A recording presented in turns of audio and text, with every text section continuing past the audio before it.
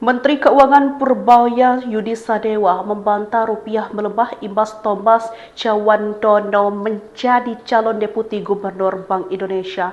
Hal itu disampaikan Purbaya saat ditemui di kantor pelayanan pajak Madya Jakarta Utara Gambir, Jakarta Pusat pada Kamis 22 Januari 2026.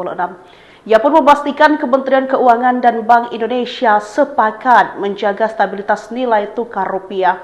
Menko Purbaya pun menegaskan kalau Thomas yang juga menjabat Wakil Menteri Keuangan itu tidak ada hubungannya dengan pelemahan nilai tukar rupiah, sebab mata uang negara itu sudah lebih dulu anjlok sebelum ada isu.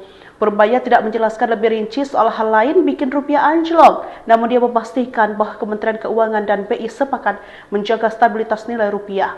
Hal ini berbeda dengan pengakuan Gubernur BI Peri Warjio yang sebelumnya mengakui bahwa pencalonan keponakan Presiden RI Prabowo Subianto ini membuat sentimen pasar negatif pada nilai tukar rupiah.